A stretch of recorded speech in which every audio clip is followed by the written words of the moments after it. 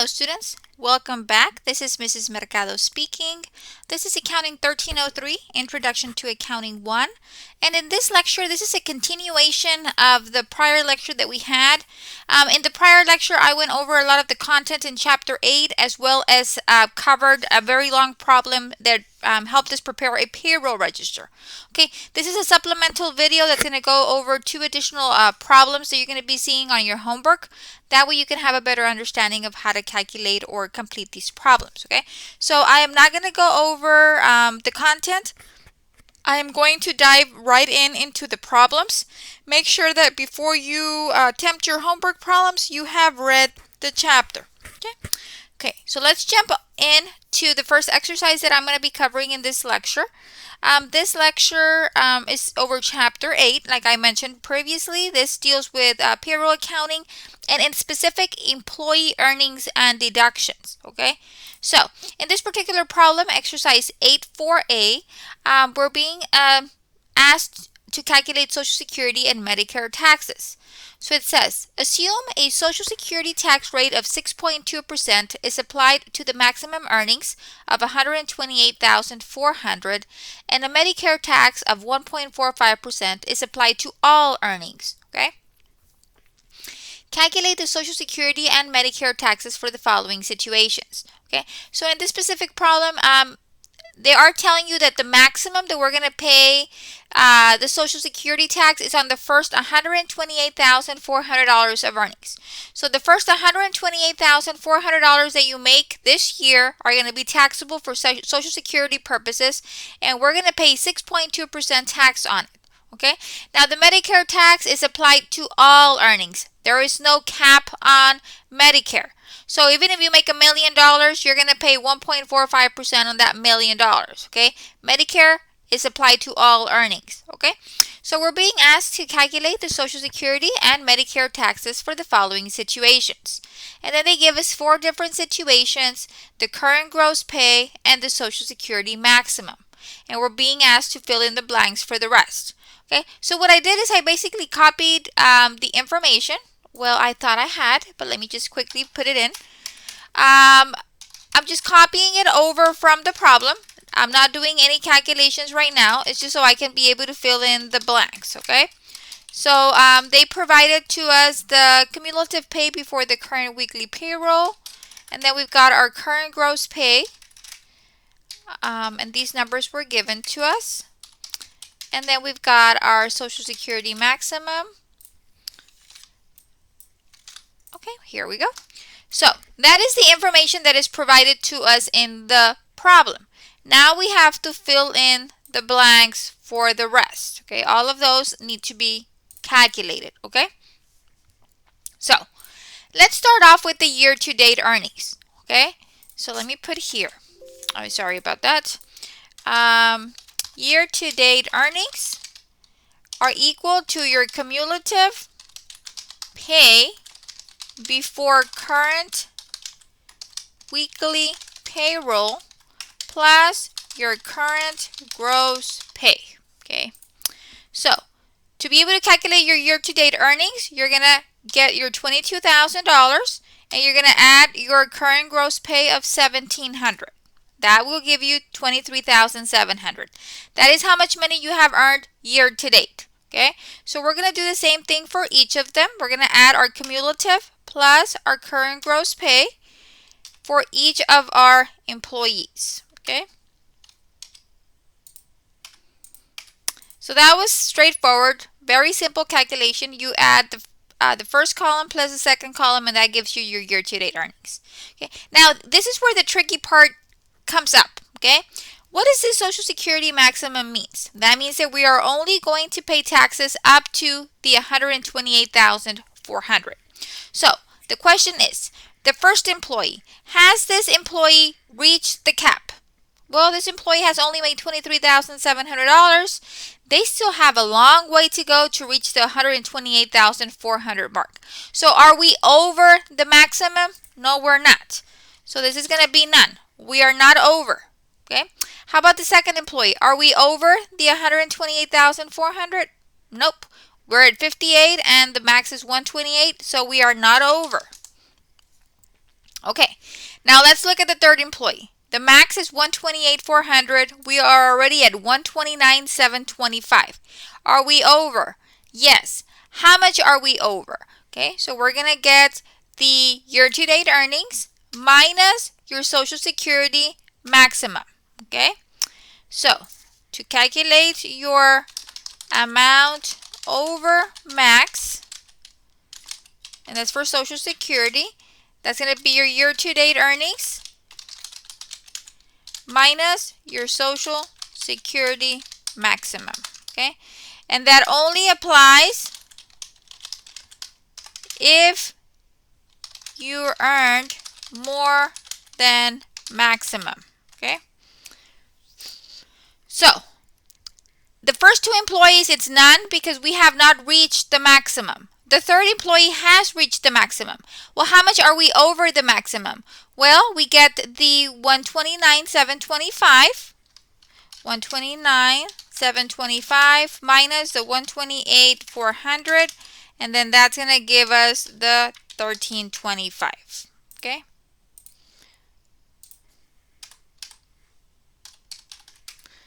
$129,725 minus $128,400, that gives me $1325.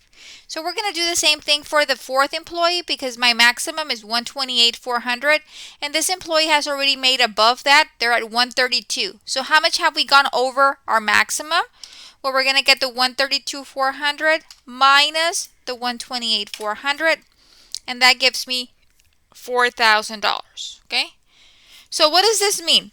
This means that those $1325 that we've gone over the maximum, or that $4,000 that we've gone over the maximum, we're not going to pay any Social Security taxes on them. Okay, why? Because we've already reached the maximum. We're only going to pay taxes on the first $128,400. Okay, now on this column, amount subject to Social Security. How much of our year-to-date earnings, how much of our current gross pay, what we made this week, okay, we're looking at this column right here. How much of my current gross pay is taxable for Social Security purposes? Okay, so let's look at the first one. Okay, so we know that we need to pay taxes on anything below $128,400. So we need to reach $128,400. Anything earned after that is not taxable. Anything earned below $128,400 is taxable. So are the $1,700 that we earned this week taxable? Well, we haven't reached the maximum yet. We're only at $23,700. So yes, we do need to pay taxes on $1,700. So the amount subject to Social Security is $1,700. Let's look at the second employee. Well, this employee earned $4,200. Has this employee reached the maximum? No. They're only at 58. The maximum is 128,400. So that means that everything, the $4,200 that were earned, are taxable. Okay? Now, we need to be very careful here. The third employee. The third employee earned $3,925,000. Okay? The year-to-date earnings are $129,725. Okay? And my maximum is $128,400. Has this employee gone over the maximum? Yes. They went over by $1,325. Okay? So, what we're going to do here, let me get my calculator. Let me clear it. Okay? So, the employee earned $39.25 this pay period. Okay? Before this pay period, the employee had earned $125,800. Okay? The Social Security maximum is at $128,400. Okay? So my maximum is $128,400. That's the maximum that I'm going to pay taxes on. I'm going to subtract what I had earned before this pay period, which is $125,800. Okay, so that means that $2,600 out of the $39.25 are going to be taxable. Okay, so $2,600 is going to be taxable, and that was your Social Security maximum minus your current pay before this weekly payroll. Okay, that's $2,600. Now, this could get confusing. What does this mean? Well, this means that I'm going to pay taxes on $2,600, and I am not going to pay any taxes on the extra $1,325. So how much did we make? We made $3,925. So $2,600 is going to be taxable. $1,325 is not going to be taxable. That gives me my total pay. So we're breaking out this amount into what we're going to pay taxes on and what we're not going to pay taxes on. Okay, so I am going to pay taxes on $2,600. That is going to bring me up to the $128,400.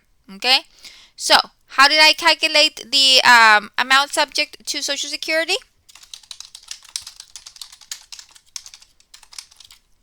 That was your Social Security max minus your cumulative pay before the current weekly payroll.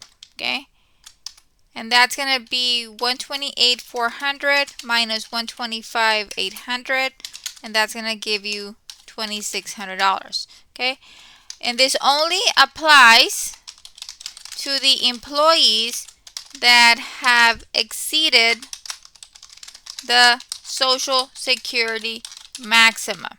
Okay, so if the employee went over the maximum, which is the case here, then we need to figure out how much of the current gross pay are we responsible to pay taxes for.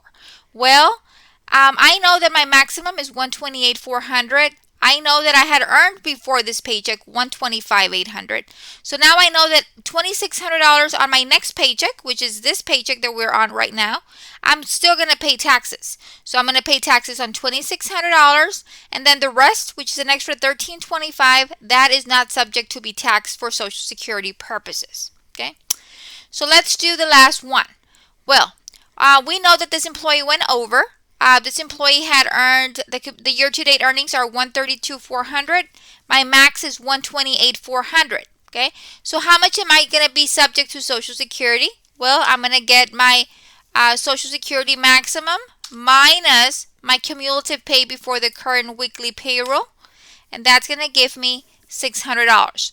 So if you notice, this employee made $4,600. Okay, $4,000 are not going to be taxed. Why? Because that is over the Social Security threshold, this number right here.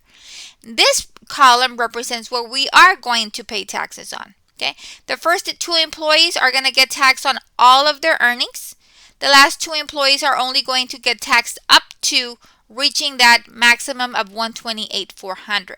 Okay, now this is super important information. If you don't get that, if you get that incorrect, then everything else will be incorrect. Okay, that is the amount that we're going to use to calculate your Social Security tax withheld. This is the actual tax withholding. Now the problem says that your rate for Social Security is 6.2%. So what are we going to do? Well, all we're going to do is we're going to get the information on this column, amount subject to Social Security. We're going to get the $1,700, and we're going to multiply it by our rate, which is 6.2%. Okay. Okay, and that's going to give me $105.40. So let me use my calculator for those of you that missed my formula there. So you're going to get the $1,700, the amount subject to Social Security withheld, that's $1,700, and you're going to multiply times your Social Security rate of 6.2%. Okay, and then that gives you 105.40. Okay, you're going to do the same thing for all of your employees. Okay, so what did we do? Well, I got the $4,200 times 6.2%. That gave me $260.40. I'm going to get the $2,600 times 6.2%. That gives me $161.20.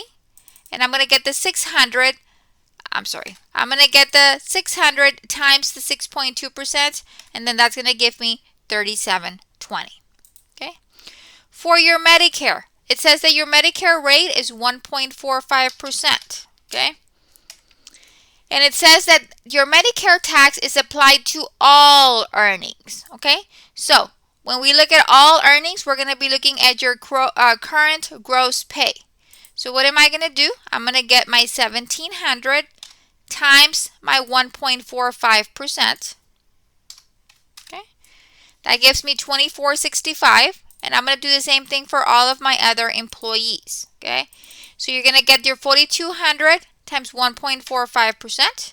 You're going to get your 3,925 times 1.45%, and you're going to get your 4,600 times 1.45%.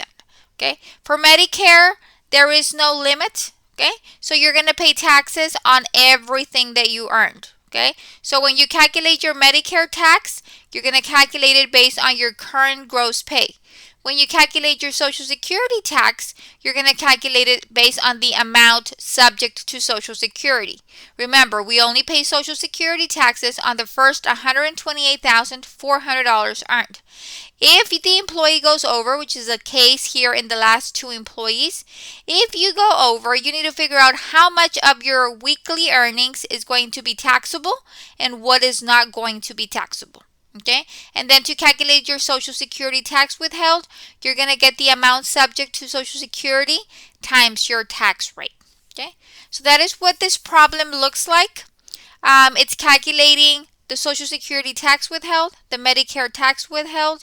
It helps you calculate the amount that you're over for Social Security tax purposes, your year-to-date earnings. So this is the completed problem for exercise 8-4A.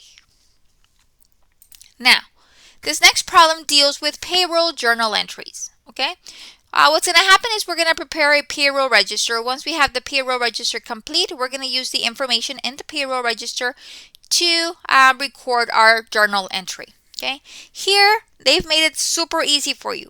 Okay, they say journalize the following data taken from the payroll register of copy masters as of April the 15th. Okay, and then they give you your regular earnings, your overtime earnings, and your deductions. Okay, so using all of the information provided, we have to journalize the entry for the payroll transactions for that pay period of April the 15th. Okay, so when are we recording this transaction? Well, we're recording it April the 15th. Okay, so step number 1, how much did our employees make during this pay period? Okay, well, our employees had regular earnings and they also had overtime earnings.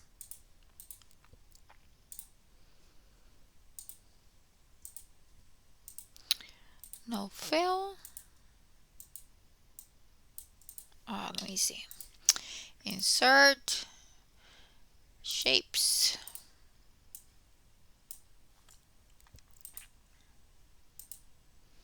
Why doesn't it? Okay, over here.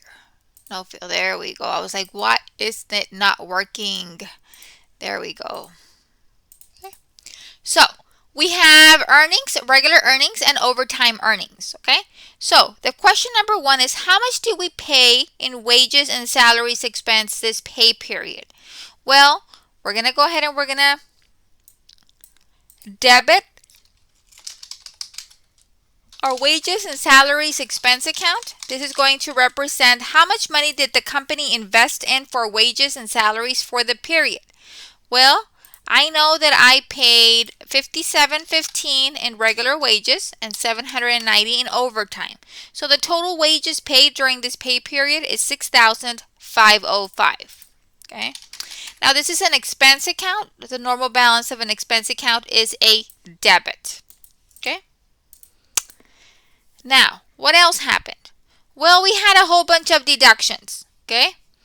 We had deductions. So now this is money that is taken away from your paycheck. Okay. So before I give you your check, I need to figure out how much money did you earn. I figured that out. And then what are your deductions? Take the money out so I can pay the different entities for your deductions and then give you a check for the difference. Okay. Okay, so the first deduction that we have is federal income tax. And I'm going to put it into a payable. All of these accounts, I'm going to put them into a payable. Why into a payable? This money does not belong to us. we owe this money to the different taxing entities. So I need to put it into a payable. So when I am being asked to remit payment, I can just take the money out from each of the accounts and just make a check and pay whatever is due. Okay, so a payable means a liability. I owe this money. This is not my money. This money is owed to someone else. Okay, so my federal income tax it says here federal income tax payable, and this is money taken away from the employee's check. So I'm going to put here employee.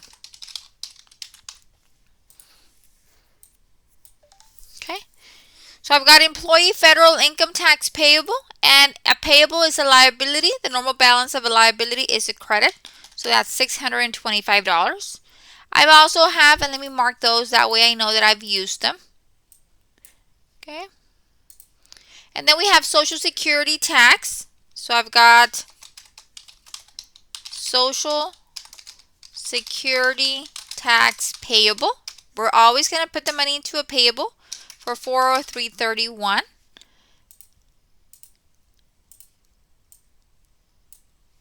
Let me scratch that off. Then we have Medicare. Okay, Medicare tax payable, and my Medicare tax payable is $94.32.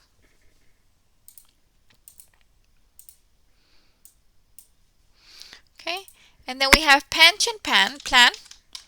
So we're going to have pension plan payable, and my pension plan is $80. Okay,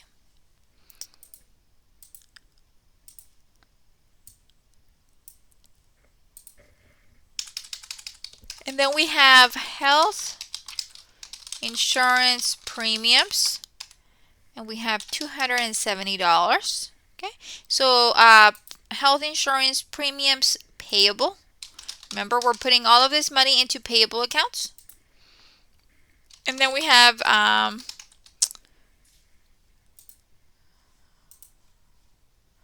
let me go ahead and mark this off. Okay, and last but not least, we have United Way contributions.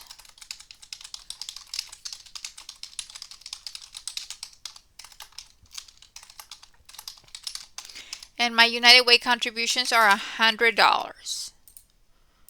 So those are all of my employees' deductions, okay? So I know that my employees earned $6,505.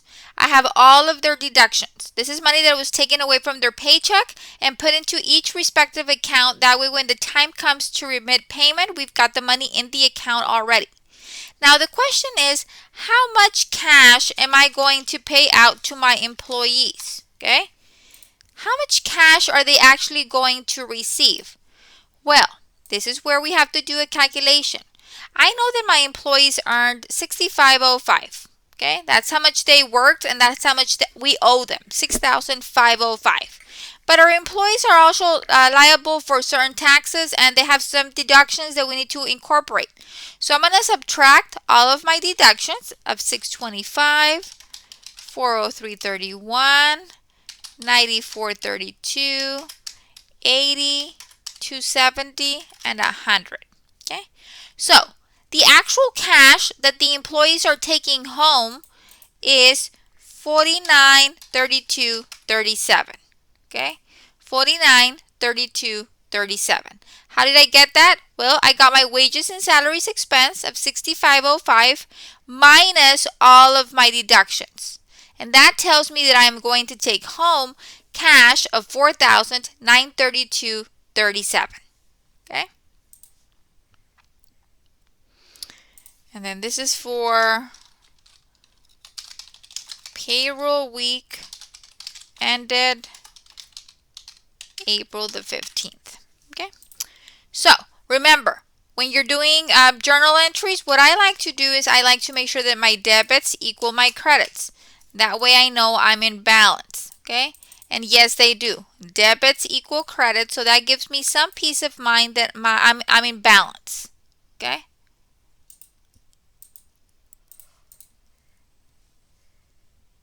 Okay, let me just insert here. So, Make sure that you at your debit column, at your credit column, and those numbers should be the same. That way you are in balance. Okay, so remember, when you're doing a journal entry, you're always going to debit the wages and salaries expense account. And then you're going to credit each of the accounts that we are deducting money for what purpose. And we're going to put those money into payables. Why? Because we owe that money to the different taxing entities. We owe that money to United Way. We owe that money to the insurance company. So what we're going to do is we're going to put the money aside into these payable accounts. And then when they remit payment, we already have the money set aside, so we can just cut a check. Okay? So make sure that when you are working out the problem that you use all of the numbers provided. Mark them off as you go. That way you have some clarity as to what needs to be incorporated or what has already been added. Okay, so this is the general journal entry for exercise 878. Okay, remember to listen to the other lecture that I posted on Blackboard as well, because it provides a lot of useful information. Make sure that you organize your time to ensure that you have enough time to complete all of your assignments for the week. And if you have any questions, please do not hesitate to contact me during my scheduled office hours or through Blackboard messages. Okay, so that is basically it for this lecture. This is a supplemental lecture for Chapter 8. I hope you all have a wonderful rest of your week, and until next time, thank you.